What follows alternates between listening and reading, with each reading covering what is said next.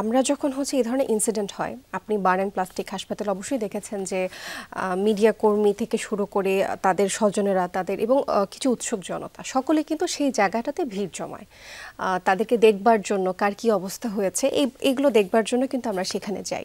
তো এটা আসলে একজন অগ্নিদগ্ধ রোগীর জন্য কতটুকু কি বলবো আসলে যে তাদের যে ইনফেকশনের যে ঝুঁকিটা সেটা আসলে কতটুকু বাড়িয়ে দিতে পারে, এই প্রশ্নটা একটু করতে চাই।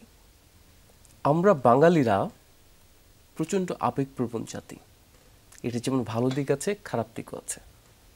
যেমন এটাই যদি কোনো উন্নত বিশ্ব হতো, আমরা কিন্তু রেস্ট্রিক্ট করে ফেলতাম যে এই এলাকায় কিন্তু আপনারা কেউ আসতে পারবেন না, যেটা আমরা বাংলাদেশে পারি না। কারণ মানুষের ইমোশনটা এত বেশি যে সে নিজেকে স্থির রাখতে পারছে না, হাজার হাজার মানুষ চলে আসে। প্রবলেমটা হচ্ছে যখন বার্ন হয় তার শরীরের প্রোটেক্টিভ ব্যারিয়ার ত্বক থাকে না, খুব সহজেই বাইরে থেকে জীবাণুকে ইনফেকশন হয়। এবং যত বেশি ভিজিটর আসবে, আমরা যে সাধারণ মানুষ আমাদের ত্বকে কিন্তু জীবাণু আছে, কিন্তু এটা ভিতরে ইনফেকশন করতে পারে না, কারণ ত্বক এটা থেকে প্রোটেকশন দেয়। কিন্তু একজন অগ্নিদগ্ধ মানুষ ইনিশিয়ালি কিন্তু ইনফেক্টেড থাকে না। ইনফেক্টেড হতে তার 5 থেকে 7 দিন সময় লাগে। ওই সময়টা তার এক্সপোজার যত বেশি হবে, তার ইনফেকশনের চান্স অনেক বেশি হবে। এবং এই ইনফেকশন পরবর্তীতে তাকে সেপ্টিসেমিয়া, তার অর্থাৎ জেনারেলাইজ পুরো রক্তের মধ্যে ইনফেকশন ছড়িয়ে যাবে, এরকম একটা কন্ডিশনে নিয়ে যায়।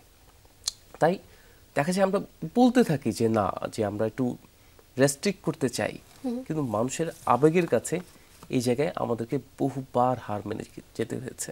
এবং এদের কনসিকুয়েন্সও কিন্তু আমাদের যারা রোগী রয়েছেন তাদের ওনারা কিন্তু একটা ভালো ইন্টেনশন নিয়ে যায়, ওনারা তাদের ইমোশনটাকে কন্ট্রোল করতে পারে না, কিন্তু ইন্টেনশনটা কিন্তু খুব ভালো। কিন্তু এটার কারণে অনেক সময় দেখা যায়। আমি একটা প্রশ্ন করতে চাই যে আমরা যখন এরকম অগ্নিদগ্ধ রোগীদের এই ধরনের ট্র্যাজেডি হয়, তখন আসলে সবাই ব্লাড দেবার জন্য বার্ন অ্যান্ড প্লাস্টিক ইনস্টিটিউটের সামনে ভিড় জমিয়েছেন। আমরা দেখেছি অনেক মানুষ তাদেরকে রক্ত দেবার জন্য সেখানে গিয়েছেন। তো আসলে রক্তটার প্রয়োজন কখন পড়ে? আচ্ছা, প্রথম যে 24 ঘন্টার কথা বলছিলাম, এখানে রক্তের কোনো রোলই নাই। এই সময়টায় শুধু আমরা ক্রিস্টালয়েড ফ্লুইড ব্যবহার করি, মোট কথা আমরা স্যালাইন ব্যবহার করি ফার্স্ট 24 আওয়ার্স। এরপরে কিছু রোগীর ক্ষেত্রে দেখা যায় 48 থেকে 72 ঘন্টার পরে আমরা ফ্রেশ ফ্রোজেন প্লাজমা শুরু করি, অর্থাৎ রক্তের একটা উপাদান, সেটা প্লাজমা আলাদা করে দেয়া হয়। আর এই যে হোল ব্লাড ডোনেট করে লাল রক্ত ব্যাগের পর ব্যাগ দিবে, এটা কিন্তু অনেক পরে দেখা যায় রোগীর রিসাসিটেশন হচ্ছে, ওনার অনেক দিন ধরে ড্রেসিং হচ্ছে, রোগী মোটামুটি প্রাইমারিলি সার্ভাইভ করে গেছেন। তো তখন তার হিমোগ্লোবিন ফল করা শুরু করেছে। তখন গিয়ে এটা কিন্তু খুব আর্জেন্ট কিছু না যে আজকে একটা ইনসিডেন্ট ঘটলো, আমার হাজার হাজার মানুষ এসে রক্ত দিবেন, ব্যাপারটা আসলে এরকম। অর্থাৎ আমি বলতেই পারি সেই মুহূর্তে কিন্তু কোনো রক্তের প্রয়োজন নেই। রক্তের যে প্রয়োজনটা এটা সময়ের সাথে সাথে হবে এবং ওটা সিস্টেমেটিক ভাবে কালেকশন করা যাবে। সেটার একটা সময় কিন্তু পাওয়া যায়, সেই সময়টাতে আসলে রক্ত তেমন কোনো প্রয়োজন নেই।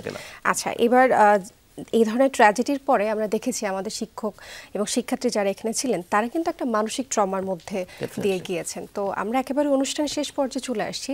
যারা আমাদের সাথে বেঁচে আছেন বা যাদের পরিবার এই ধরনের ট্র্যাজেডির মধ্যে দিয়ে গিয়েছেন, সংক্ষেপে একটু জানতে চাই তারা কিভাবে এই মানসিক ট্রমা থেকে বেরিয়ে আসবেন। প্রথম কথা হচ্ছে, যে কোনো বড় ধরনের অ্যাক্সিডেন্ট, যে কোনো বড় ধরনের ট্রমার একটা পোস্ট ইনসিডেন্ট ফোবিয়া কাজ করে, সাইকোসিস কাজ করে। এমন ধরেন অনেকে আছেন যে যারা ওখানে ছিলেন কিন্তু বার্ন হয়েছেন, আবার অনেকে কিন্তু বার্ন হন নাই। যারা বার্ন হন নাই তারাও কিন্তু এটা পোস্ট ট্রমাটিক একটা পিরিয়ড দিয়ে যাবেন। এই সময়টায় আমাদের আশেপাশের মানুষের দায়িত্ব অনেক বেশি, তাদের সাথে যথেষ্ট সহানুভূতিশীল হওয়া এবং অনেক ক্ষেত্রে এই ব্যাপারটাকে ইগনোর না করা, যে তাদের সাইকোথেরাপির প্রয়োজন হতে পারে। আচ্ছা, অর্থাৎ তাদের কথা শোনা, অবশ্যই তারা যা বলতে চাচ্ছেন তাদের পাশে থাকা, তাদের কথা শোনা, তাদের মনের ভাবটা বুঝবার চেষ্টা করা যে আমি পাশে আছি। এটা ভাবা যাবে না আপনার তো কিছু হয় না, আপনি কেন এত ভয় পাচ্ছেন। সে তো ফোবিয়ার মধ্যে ভুগছেন, তাকে তো আপনি তার রিয়েলিটি জানবেন না যতক্ষণ পর্যন্ত আপনি এই সিচুয়েশনে পড়েননি। জি ডাক্তার সানি, এবং আমরা আশা করছি, আমাদের প্রত্যাশা, আমাদের সন্তানেরা, আমাদের দেশের ভবিষ্যৎরা যারা আসলে এই ট্র্যাজেডির মধ্যে দিয়ে গিয়েছেন তারা এই মানসিক ট্রমা থেকে বেরিয়ে আসতে পারবেন।